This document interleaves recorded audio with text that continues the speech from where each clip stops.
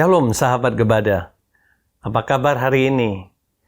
Senang sekali dapat bertemu dengan saudara-saudari semua dalam gerakan baca dengar Alkitab atau Gebada. Hari ini dalam bacaan 2 Raja-Raja pasal 6 sampai 8, kita akan menyelami beberapa kisah menarik yang memperlihatkan kuasa dan kasih Tuhan. Pasal 6 mengawali dengan kisah kecil tentang Elisa, seorang nabi, yang kehilangan kapaknya saat menebang kayu. Dengan mujizat Tuhan, Elisa dapat mengembalikan kapak besi itu yang jatuh ke dalam air dengan melemparkan sebuah kayu. Ini menunjukkan betapa Tuhan dapat mengubah yang tidak mungkin menjadi mungkin. Menjadi satu-satunya penyelesaian atas keputusasaan. Kemudian kita melihat bagaimana tentara Aram mengepung kota untuk menangkap Elisa. Namun Elisa dengan keyakinan penuh mengatakan kepada bujangnya bahwa mereka memiliki kekuatan yang lebih besar bersama Tuhan. Melalui doa. Bujangnya juga melihat malaikat-malaikat Tuhan yang melindungi mereka. Ini mengajarkan kita bahwa dalam setiap situasi, iman dan doa dapat menggantikan rasa takut dengan kepercayaan kepada Tuhan. Ketika kelaparan melanda Israel akibat pengepungan Aram, Tuhan membalikkan situasi dengan membuat tentara Aram melarikan diri secara tiba-tiba. Meninggalkan barang-barang mereka.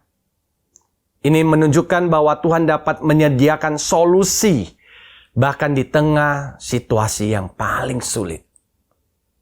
Selanjutnya, kita bertemu kembali dengan perempuan dari Sunem yang setia. Meskipun kehilangan segalanya saat menghindari kelaparan, dengan iman dan kesetiaannya kepada Tuhan, dia mendapatkan kembali harta yang hilangnya. Ini adalah pengingat bahwa Tuhan selalu setia kepada mereka yang taat dan percaya kepadanya. Melalui bacaan kitab 2 Raja-Raja pasal 6-8 ini, kita diajak untuk menyadari kuasa dan kasih Tuhan yang selalu hadir dalam hidup kita. Marilah kita membaca bersama-sama dan merenungkan pesan-pesan yang terkandung di dalamnya.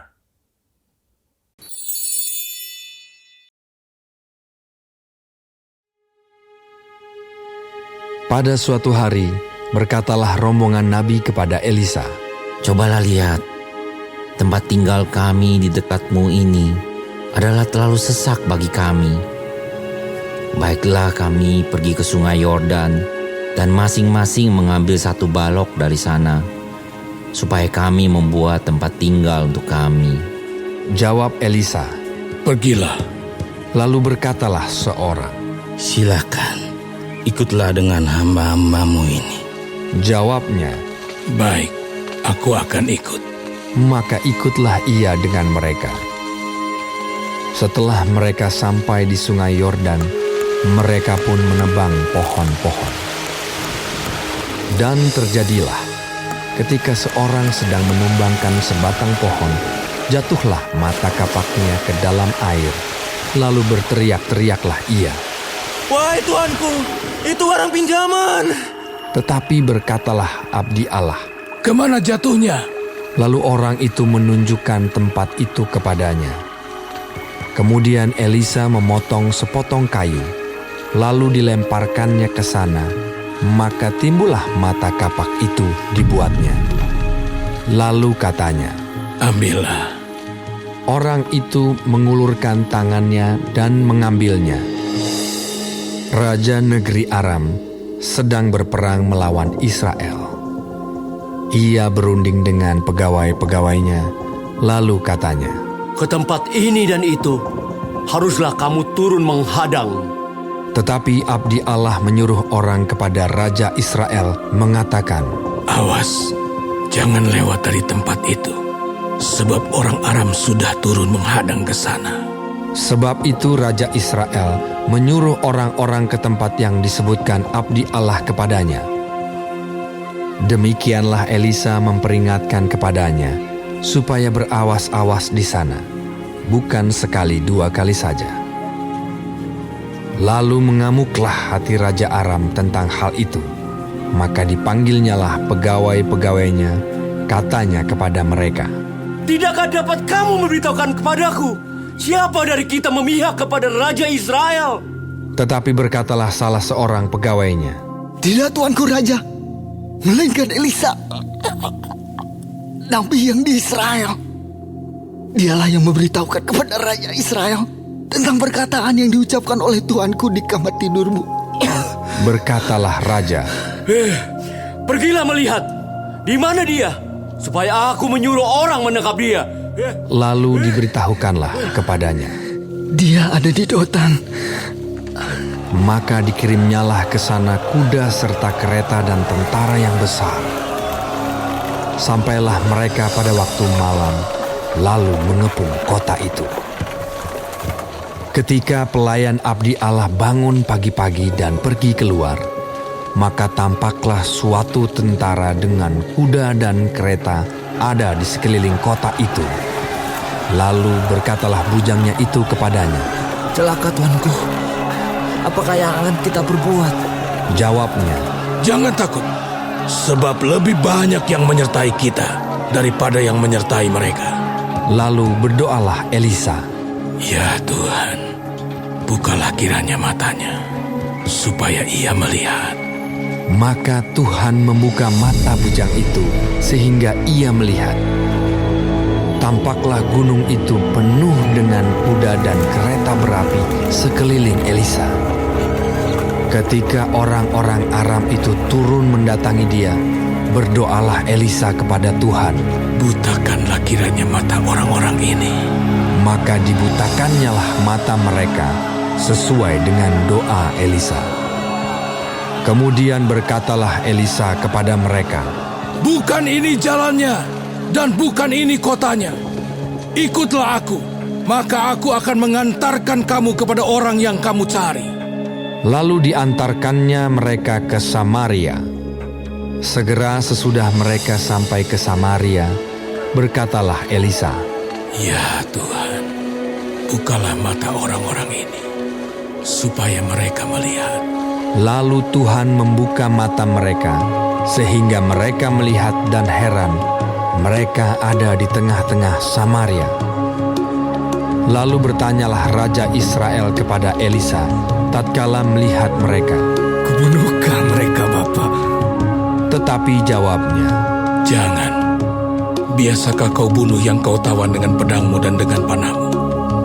Tetapi hidangkanlah makanan dan minuman di depan mereka, supaya mereka makan dan minum, lalu pulang kepada Tuhan mereka.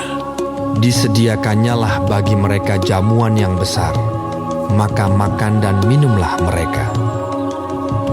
Sesudah itu, dibiarkannyalah mereka pulang kepada Tuhan mereka.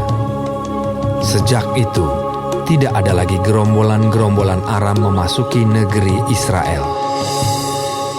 Sesudah itu, Ben-Hadad, Raja Aram, menghimpunkan seluruh tentaranya, lalu maju mengepung Samaria. Maka terjadilah kelaparan hebat di Samaria selama mereka mengepungnya. Sehingga sebuah kepala keledai berharga 80 shikal perak dan 1/4 kap tai merpati berharga 5 shikal perak. Suatu kali ketika Raja Israel berjalan di atas tembok, datanglah seorang perempuan mengadukan halnya kepada raja sambil berseru. Jawabnya, Jika Tuhan tidak menolong engkau, dengan apakah aku dapat menolong engkau? Dengan hasil pengirikankah? Atau hasil pemerasan anggur? kemudian bertanyalah raja kepadanya. Ada apa? Jawab perempuan itu, Perempuan ini berkata kepadaku, berilah anakmu laki-laki, supaya kita makan dia pada hari ini, Dan besok akan kita makan anakku laki-laki. Jadi kami memasak anakku dan memakan dia. Tetapi ketika aku berkata kepadanya pada hari berikutnya, berilah anakmu supaya kita makan dia, maka perempuan ini menyembunyikan anaknya. Tatkala raja mendengar perkataan perempuan itu, dikoyakannya lah pakaiannya, dan sedang ia berjalan di atas tembok, kelihatanlah kepada orang banyak bahwa ia memakai kain kabung pada kulit tubuhnya. Lalu berkatalah raja, Beginilah kiranya Allah menghukum aku, bahkan lebih daripada itu. Masih tinggal kepala Elisa bin Safat di atas tubuhnya pada hari ini. Adapun Elisa duduk-duduk di rumahnya, dan para tua-tua duduk bersama-sama dia. Raja menyuruh seorang berjalan mendahuluinya. Tetapi sebelum suruhan itu sampai kepada Elisa, Elisa sudah berkata kepada para tua-tua itu, Tahukah kamu bahwa si pembunuh itu menyuruh orang untuk memenggal kepalaku? Awas-awaslah. Apabila suruhan itu datang, segeralah tutup pintu dan tahanlah dia, supaya orang itu jangan masuk. Bukankah sudah kedengaran bunyi langkah tuannya di belakangnya? selagi ia berbicara dengan mereka, datanglah raja mendapatkan dia. Berkatalah raja kepadanya, Sungguhnya, malapetaka ini adalah daripada Tuhan. Mengapakah aku berharap kepada Tuhan lagi?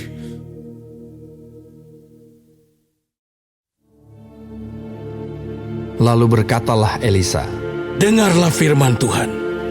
Beginilah firman Tuhan. Besok, kira-kira waktu ini, sesukat tepung yang terbaik akan berharga sesikal, dan 2 sukat jelai akan berharga sesikal di pintu gerbang Samaria. tetapi perwira yang menjadi ajudan raja menjawab abdi Allah, katanya, Sekalipun Tuhan membuat tingkap-tingkap di langit, masakan hal itu mungkin terjadi? Jawab abdi Allah, Sesungguhnya, engkau akan melihatnya dengan matamu sendiri, tetapi tidak akan makan apa-apa daripadanya. 4 orang yang sakit kusta ada di depan pintu gerbang. Berkatalah yang seorang kepada yang lain, Mengapakah kita duduk-duduk di sini sampai mati? Jika kita berkata, baiklah kita masuk ke kota, padahal dalam kota ada kelaparan, kita akan mati di sana. Dan jika kita tinggal di sini, kita akan mati juga. Jadi sekarang, marilah kita menyeberang ke perkemahan tentara Aram. Jika mereka membiarkan kita hidup, kita akan hidup. Dan jika mereka mematikan kita, kita akan mati. Lalu pada waktu senja bangkitlah mereka masuk ke tempat perkemahan orang Aram. Tetapi ketika mereka sampai ke pinggir tempat perkemahan orang Aram itu, tampaklah tidak ada orang di sana.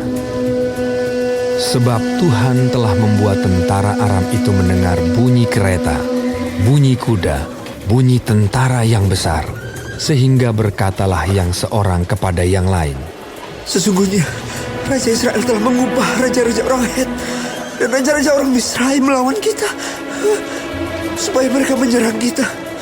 Karena itu bangkitlah mereka melarikan diri pada waktu senja dengan meninggalkan kemah dan kuda dan keledai mereka serta tempat perkemahan itu dengan begitu saja. Mereka melarikan diri menyelamatkan nyawanya. Ketika orang-orang yang sakit kusta itu sampai ke pinggir tempat perkemahan, masuklah mereka ke dalam sebuah kemah, lalu makan dan minum. Sesudah itu mereka mengangkut dari sana emas dan perak dan pakaian. Kemudian pergilah mereka menyembunyikannya. Lalu datanglah mereka kembali, masuk ke dalam kemah yang lain, dan mengangkut juga barang-barang dari sana. Kemudian pergilah mereka menyembunyikannya. Lalu berkatalah yang seorang kepada yang lain, Tidak patut yang kita lakukan ini. Hari ini ialah hari kabar baik. Tetapi kita ini tinggal diam saja. Apabila kita menanti sampai terang pagi, maka hukuman akan menimpa kita.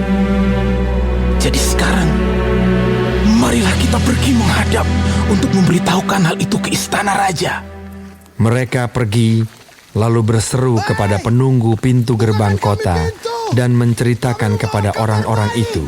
Katanya, Kami sudah masuk ke tempat perkemahan orang Aram. Dan ternyata tidak ada orang di sana. Dan tidak ada suara manusia kedengaran. Hanya ada kuda dan keledai tertambat. Dan kemah-kemah ditinggalkan dengan gitu saja. para penunggu pintu gerbang menyerukan dan memberitahukan hal itu ke istana raja. Sekalipun masih malam, raja bangun juga, lalu berkata kepada para pegawainya, Baiklah, aku terangkan kepadamu apa maksud orang Aram itu terhadap kita. Mereka tahu bahwa kita ini menderita kelaparan. Sebab itu, mereka keluar dari tempat perkemahan untuk menyembunyikan diri di padang. Sambil berpikir, apabila orang Israel keluar dari dalam kota, kita akan menangkap mereka hidup-hidup. Kemudian kita masuk ke dalam kota. Lalu salah seorang pegawainya menjawab, Baiklah, kita ambil 5 ekor dari kuda yang masih tinggal di dalam kota ini. Tentulah keadaannya seperti seluruh khalayak ramai Israel yang sudah habis mati itu. Biarlah kita suruh saja orang pergi, supaya kita lihat. Sesudah itu mereka mengambil 2 kereta kuda. Kemudian raja menyuruh mereka menyusul tentara Aram sambil berkata, Pergilah melihatnya. Lalu pergilah mereka menyusul orang-orang itu sampai ke sungai Yordan.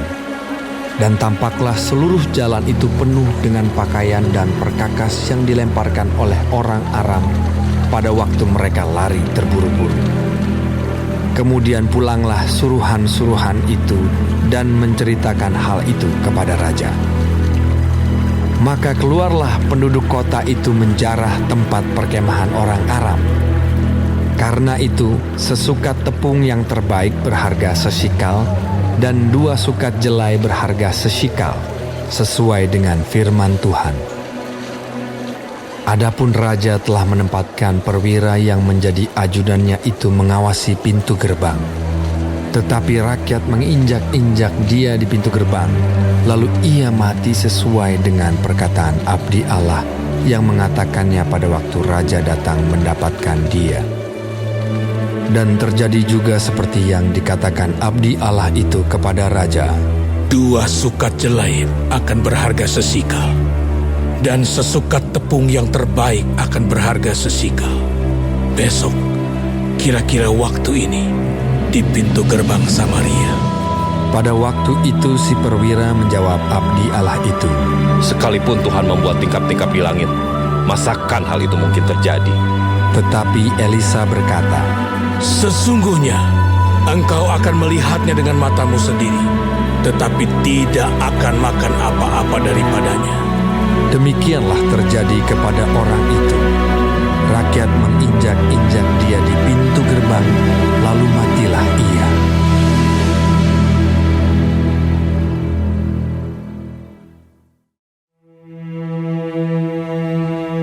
Elisa telah berbicara kepada perempuan yang anaknya dihidupkannya kembali.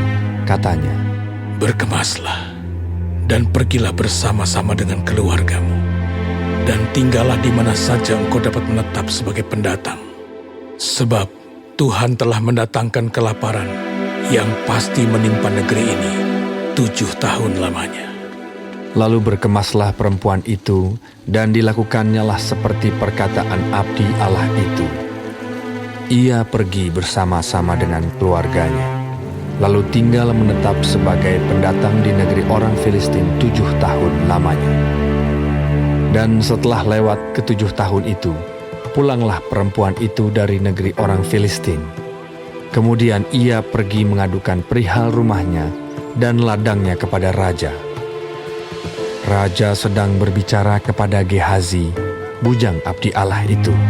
Katanya, Cobalah, ceritakan kepadaku tentang segala perbuatan besar yang dilakukan Elisa. sedang ia menceritakan kepada raja tentang Elisa menghidupkan anak yang sudah mati itu, tampaklah perempuan yang anaknya dihidupkan itu datang mengadukan perihal rumahnya dan ladangnya kepada raja. Lalu berkatalah Gehazi, Ya Tuanku Raja, inilah perempuan itu, dan inilah anaknya yang dihidupkan Elisa. Lalu raja bertanya-tanya, dan perempuan itu menceritakan semuanya kepadanya. Kemudian raja menugaskan seorang pegawai istana menyertai perempuan itu dengan pesan, Pulangkanlah segala miliknya dan segala hasil ladang itu, sejak ia meninggalkan negeri ini sampai sekarang.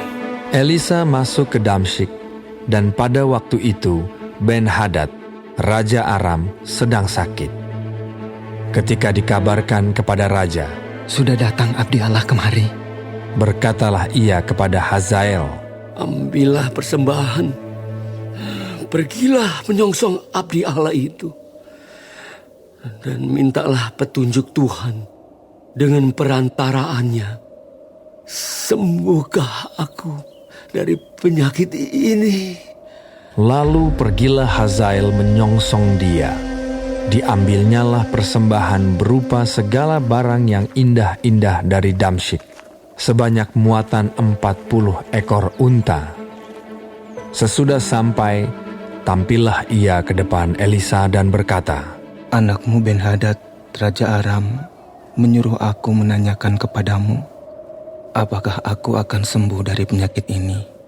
Jawab Elisa kepadanya, Pergilah, katakanlah kepadanya, pastilah engkau sembuh.